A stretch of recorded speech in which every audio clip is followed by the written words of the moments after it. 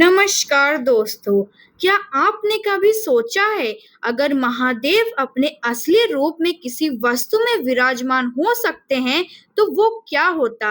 आज हम बात करने वाले हैं एक मुखी रुद्राक्ष की, जिसे शिव का स्वरूप, मोक्ष का बीज और मानव जीवन का रक्षक माना जाता है। लेकिन क्या सच में ये एक धातु है जो सब कुछ बदल सकता है, या ये सिर्फ एक धार्मिक वस्तु है? तो आइए जानते हैं।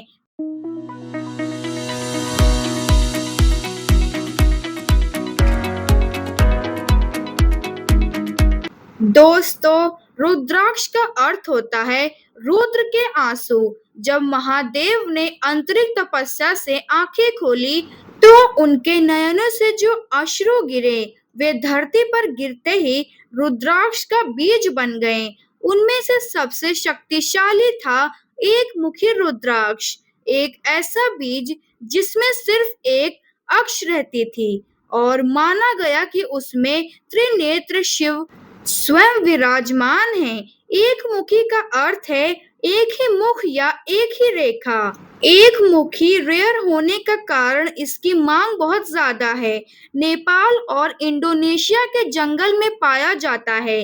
काफी लोग गलत वस्तु को एक ही मुखी कहकर बेचते हैं। असली एक मुखी बहुत रेयर होता है।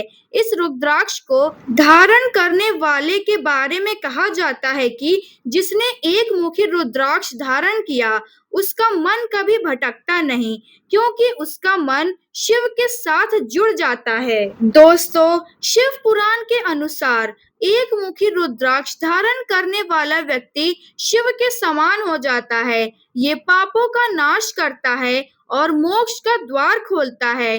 पद्म पुराण कहता है एक मुखी रुद्राक्ष धारण करने से मन की शुद्धि होती है और रोगों से मुक्ति मिलती है।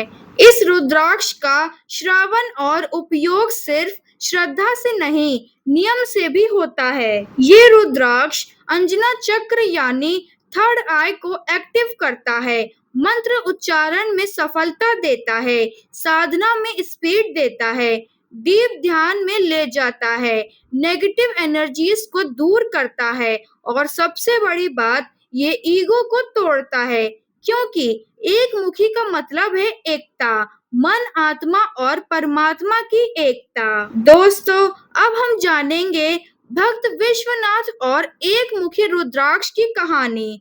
तो जानते हैं, एक समय की बात है, काशी में एक व्यापारी था विश्वनाथ। हर साल लाखों कमाता लेकिन चैन नहीं था।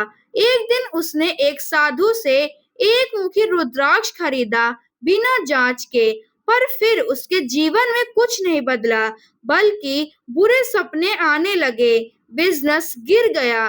तब उस साधु ने कहा, एक मुखी रुद्राक्ष तुमने पैसे से खरीदा, भक्ति से नहीं। विश्वनाथ ने तब असली तपस्या की।